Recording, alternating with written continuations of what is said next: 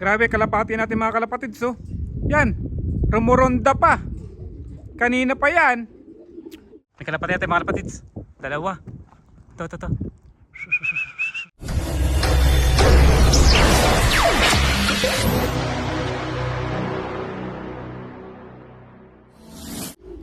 So what's up mga kalapatids around the globe? Ito ang lahat and welcome to my vlog, Sidel Love TV. So for today's video, ito na yung 11th lap ng race namin. So saan ito? Dating gawin. Tara, let's go! So mga kalapatids, 11th lap, Walgett, 460 kilometers air distance doon sa loft natin. So, part nga ang Walgett ng New South Wales, Queensland, Australia. So, ayun mga kalapatids, yung weather ngayon dito sa loft natin. Maulap, pero clear naman at maasul. So, maganda yung panahon ngayon. Yan, tirik ang araw.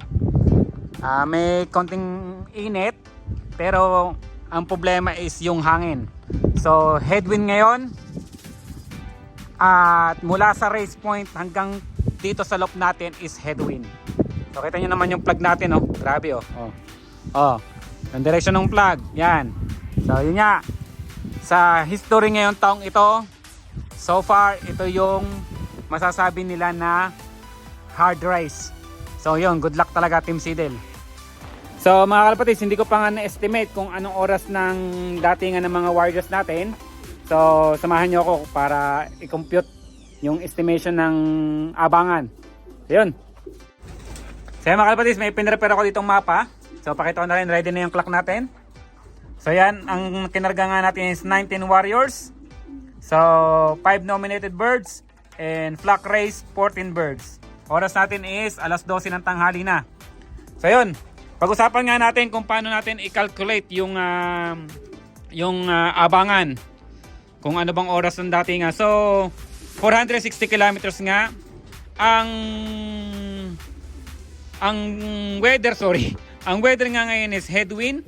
So, kung pauwi dyan ng mga warriors natin, pag ganyan, dito yung loft natin. So, ang fit na kalapati is pagka hard race, kailangan lumipad siya ng 60 km per hour. So, yung 460, kailangan 7 hours and 45 minutes nandito na siya sa loop natin. Within that hours yung paglipad niya, kailangan nandun na siya. So yung nirelease nga yung mga warriors natin ng 7 AM. So estimated dapat 2:45 in the afternoon meron na tayong kalapati. So yun yung standard mga kalapatids. Pero nag-a-add ako ng 10 sa speed nila. So 70 kilometers per hour dapat nandito na sila. Mabilis na yon para sa isang hard race o headwind na race. So kailangan kung 7 AM ni-release, kailangan lumipad siya ng 70 km per hour. Kailangan nandito na siya ng bandang 1:30 to 2 PM. Bali, ang magiging speed niya is nasa 180 velocity. So, yun. Pero pag may warriors na dumating ng eksaktong alauna, grabe, sa hard race, so 1 PM, dumating siya, ang speed niya nun ay nasa 1:79. So, yun. Napakabilis niyan mga kalapatids para sa isang hard race. So, ngayon nga is alas 12. So, estimated ko nandito na sila sa part na to, sa Inglewood. So yung Inglewood nga is nasa 190 km pa.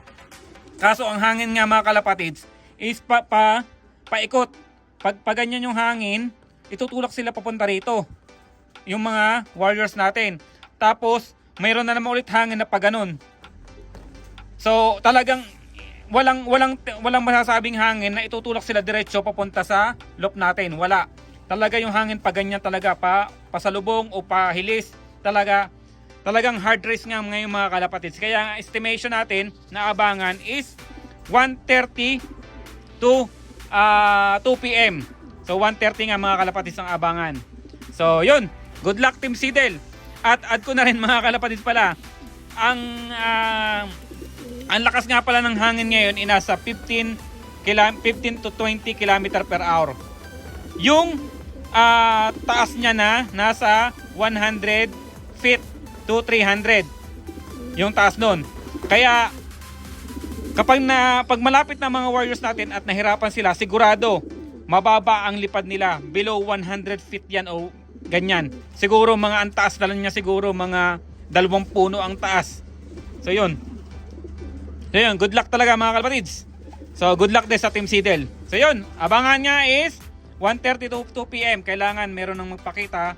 Pero pag sinerte tayo mga kalapatids at may dumating na 1 PM, napakabilis nun. So mga kalapatids, ready na yung clock natin. At nakasure na rin ako na connected na rin yung pad natin. Nandiyan na rin yung battery. Backup battery. Tapos may nag-comment doon sa post natin na nakakagutom daw ang mag-abang. So hindi po tayo nagpapagutom mga kalapatids. Masamang magutom. Unahin po nating alagaan ang sarili natin mga kalapatids. So yan. So mga kalapatids, pakita ko lang sa inyo yung batch 1 na hindi kasama ngayong race. So ganyan ko sila tinuturuan na kumain na nasa loob sila ng crate. So hoping effective dun sa kinarga natin para sa 11th lap race. Yan o. So ganyan sila. Kailangan kasi ma-educate natin yung mga warriors natin na kumain, uminom sa loob ng crate, lalo na kapag malayo ang distansya at mag-i-stay sila ng 2 nights sa truck. So yan. Ganyan tayo mag-educate ng ating mga warriors. Yan.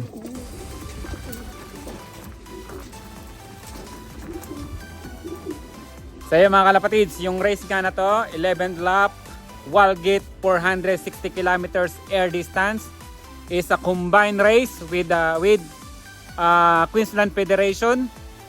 So yun, grabe, nakakaba kasi binasket namin yung mga warriors last Thursday night. Then 2 nights sila sa truck. Then ngayong Sabado 7 AM kanina nirelease yung mga warriors. So expected na abangan pag may lumating ng 1 PM. Grabe, napakabilis nun. So kaya start tayo mag-abang ng alauna. So yun, hoping like 1:30 may dumating na tayo na warriors. So yun, good luck Team Seedel. So yun mga kalapatids, oras na natin ngayon is 12:34. So dito ako sa may taasan ng batuhan. So yun ang loop natin. So ito si Toy na hawak ko. So dito nga sa taas, kitang-kita natin yung buong paligid. Kaso ang problema nito, mahirap bumaba. So yan o, ganda sana dito mag-abang o. Yan, kitang-kita mo yung paligid o. Kasi dito sa part na to, pag nasa baba tayo, hindi na natin kita yung panting dulo ron. Gawa nitong container na to, tsaka nasa baba tayo. Pero dito, ang ganda dito mag-abang mga kalapatids. Kaso mahirapan tayo pagbaba. Kaya kailangan kasi mabilis natin mapapasok o mapaapak doon sa pad natin yung ipon natin. Kasi sa seconds pa lang nagkakataluhan na. Yan niya oh. Grabe, lakas pa ng hangin mga kalapatids. Yan yung puno. So expected ko nga sa part na to magpakita yung mga warriors natin. Diyan. Yan sa part na yan mga kalapatids. So yan mga kalapatids, 1 o'clock na pasado. Ibig sabihin 6 na oras na lumilipad yung mga warriors natin. So grabe, nakakakaba talaga mga kalapatids. Ay, sino kaya ang unang uuwi? Pero mas maganda kung sino-sino kaya yung unang uuwi. Grabe mga kalapatids, 460 kilometers. Ay, 2 gabi pa sa crate. So mga kalapatids, 1:47 na. So 6 hours and 47 minutes na lumilipad yung mga warriors natin. So hoping nga 2 PM may kalapati na tayo bago mag 2 PM. Bale 7 hours yun mga kalapatids. Na tayo. May kalapati natin mga kalapatids. Dalawa. Ito.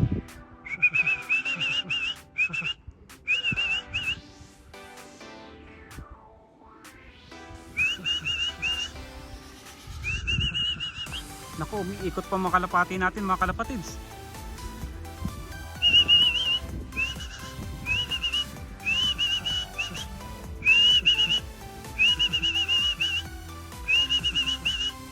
Ito na mga kalapatids, kalapati natin. Umiikot pa. Grabe. Alam mga kalapatids, may kalapati na tayo. Yan. Grabe, di ba lang hinihinga? Fresh from 460 kilometers. Grabe oh. Yan oh. Grabe. May isa na tayo mga kalapatids. Di ba lang hinihingal oh. Parating mga kalapatids. Yan. Grabe oh. Grabe oh. Grabe yun. Grabe oh. Hindi ba lang hinihingal mga kalapatids. Uy, pasok na ikaw. Yan mga kalapatids, di mo lang hinihingal. Fresh from 460 km, pasok na ikaw. Pasok. Yun, naglak na agad. Dalawa na ang paklak natin mga kalapatids. Pasok na. Yun, dalawa na mga kalapatids. Grabe, ang galing. Mga kalapatids, 20 minutes na lumilipas, dadalawa pala na papaklak natin. Ano nangyari sa mga warriors natin? Grabe, sabi ko nga sa inyo mga kalapatids, sa history ngayong taong ito yung pinaka masasabi nila ano talaga napakahirap na race. Talagang from the race point hanggang sa mga loop ng mga members, headwind mga kalapatids, 15 to 20 km per hour yung lakas ng hangin. So dadalawa pa lang paklak natin mga kalapatids, 20 minutes na lumilipas. Grabe. Napati tayo. Yan, parating na yan.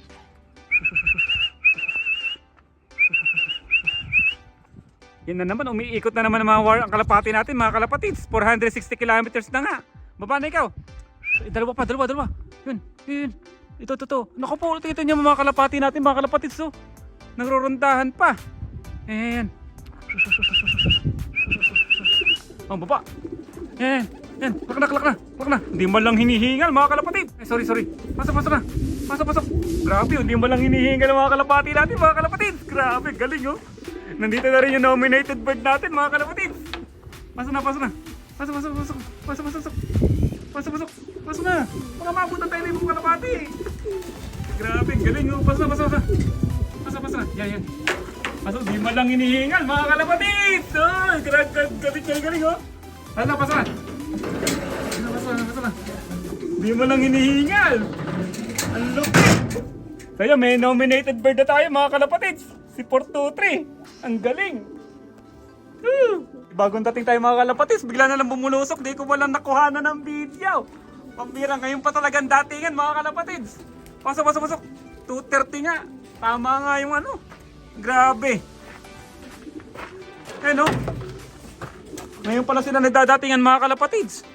Yan, 237. So yan, lima na yung paklak natin mga kalapatids. Ngayon pala talaga sila datingan. Hindi ba lang hinihingan mga kalapatids oh. Oh, nagkakamot pa. Papasukin na natin to. Pasok.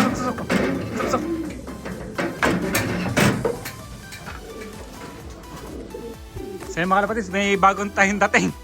Bigla na nasulpot. Pasukin natin mga kalapatids. Grabe oh, hindi mo lang hinihingal oh. Pasok na.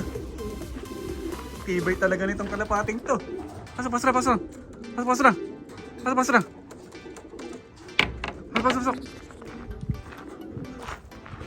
Di man lang hinihingal. Fresh pang 460 kilometers. Pasok. Yan. Grabe, bigla na nasalpot ng mga warriors natin. Grabe, kalapati natin mga kalapatids so. Yan, rumuronda pa. Kanina pa yan.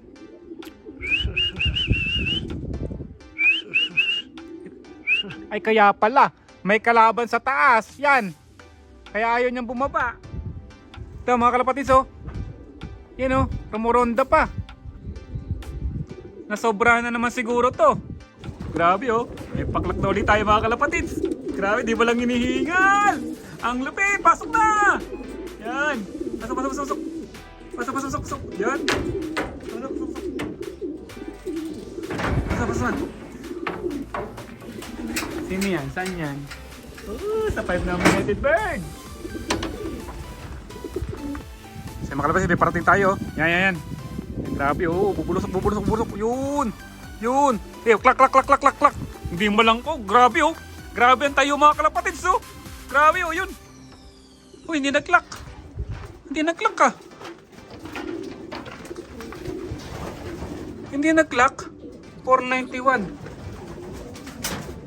Hindi nag-clock. Uy, labas ka muna. Bilis mo. Connected pa yung pad? Connected naman. Hindi nag-lock mga kalapatids. Labas ka muna. Labas. Naku, ayaw mag-lock. Anyari? Ayaw mag-lock mga kalapatids. Ayayin na natin. Ayaw mag-lock. Pasok. Pasok na.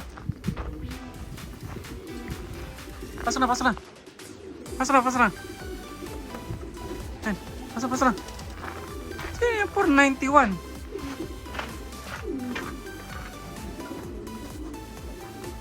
$490. Si 490 hindi nag-lock. Tignan natin makalabas baka di nag-lock to. Oh, pasok. Pasok.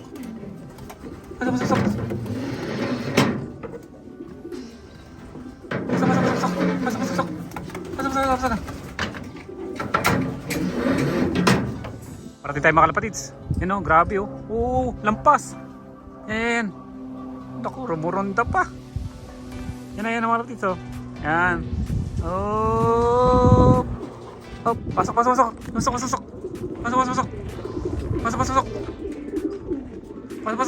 Grabe oh. Pasok na. Pasok na. Grabe oh. Yung pumasok na. Pasok.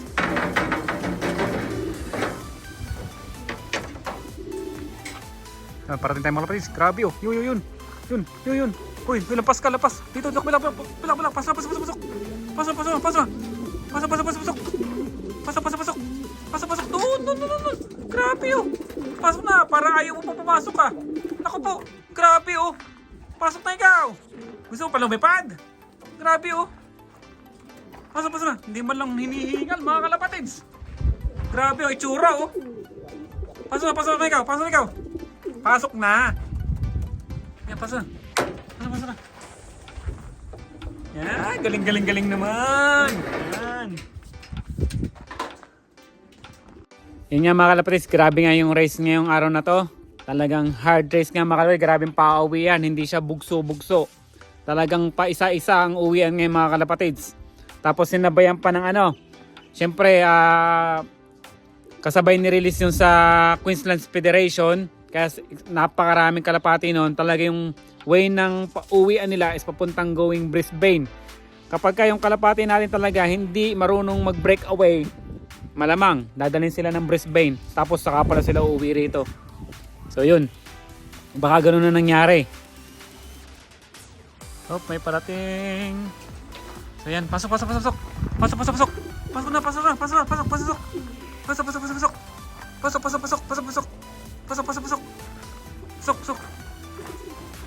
Yan. Dumating tayo. Papasukin natin. Pasok na. Yun. Ayos. So yun mga kalapatids, tapos na ang 11th lap ng race namin. 460 kilometers air distance, Walgett, New South Wales, Australia. So napakatindi ang nangyari sa race na to. Talagang hindi lang hard race eh. Sobra pang hard race ang nangyari. Talagang smash race ang nangyari mga kalapatids. Grabe yung yung pauwian natin. Talagang hindi sunod-sunod. Talagang ang layo ng pagitan. Pero napakalupit pa rin ng Team Seedel kasi nagpakitang gilas na naman sila sa race na to. At grabe. Kitang-kita nyo naman yung datingan ng Team Seedel. Nilipad nila ng diretso yung 7 hours, 8 hours. Merong ano pa, almost 8.5 hours nilipad. Pero yung pagdating nila dito sa loop, grabe, para hindi man lang basta kung pinanood nyo ng kumpleto yung video mula umpisa, makikita nyo yung itsura nila nung dumating sila galing sa race. So, ulitin ko nga, smash race na, hard race pa, grabe. Tapos hindi lang dito sa area namin apektado, buong Queensland Federation apektado ng smash race na yan. So, sa 19 na pinadala natin, kinarga natin, 4 lang yung hindi nakauwi. Sa nominated bird, nakauwi sila lahat. Sa flock race, yun nga, 4 ang hindi nakauwi. So, ganun talaga. Kung makakauwi pa sila, matitikman pa ulit nila yung mga day na recovery at saka masarap na buko juice at natadikoko ng Team Seedel. So, yun. At kung ano man na nangyari, hindi na natin kontrolado yun. So, yun nga. Ang resulta ng race, sa flock race, naka 3rd place tayo. Tapos sa nominated bird, clock 2. Tapos yung average niya, so pang 5th place tayo doon. So not bad. So congratulations again Team Seedel. At grabe. Talagang napakalupit. Napakalupit talaga. So bigyan lang natin ng dinner recovery yung Team Seedel. Tapos batiin din natin yung mga solid supporters natin. At i-announce natin yung winner sa ating palaro. So mga kalapatids, ito nga yung binibigay ko sa mga warriors natin pang dinner recovery. Mga small seed na madaling tunawin para madali silang makarecover. So yan. So mga kalapatids, habang kumakain yung mga warriors natin, yan, gusto ko lang batiin na congratulations dahil sila ang nanalo sa palaro natin para sa 11th lap race. So, ang unang nanalo ay si Mark Joseph Zorilla. At ang second winner natin ay si Jason Kaule. So, congratulations sa inyo. At i-flash ko rito i-flash ko rito sa screen yung message nila, yung ano ba yung paano ko sasabihin, yung speech nila sa natanggap nilang papremyo dito sa game na to. So yun, Mark Joseph Sorilla, ang isa sa nanalo sa patimpalak ni Boss Medrano Seedel. Thank you po. More subscriber to come. Sana marami pa kayong matulungang mga pan-share dito sa Pilipinas. Thank you po ulit. Happy flying po sa inyong lahat. So ako nga po pala si Jason Kaule na taga San Jose, Anga, Pangasinan, at isa sa mapalad na nanalo sa palaro ni Sir Medrano Seedel, or mas kilala sa Seedel Love TV. So ayun po, ito po ang katibayan na ako po ay nanalo sa aming palaro. Nag-send po siya ng 1,000 pesos. At sa lahat po ng mga friends ko, pa-follow, pa-like, and pa-share ng kanyang video. God bless you, Sir Medrano Seedel. Maraming salamat. so yun, thank you very much again sa nanalo sa sa palaro natin.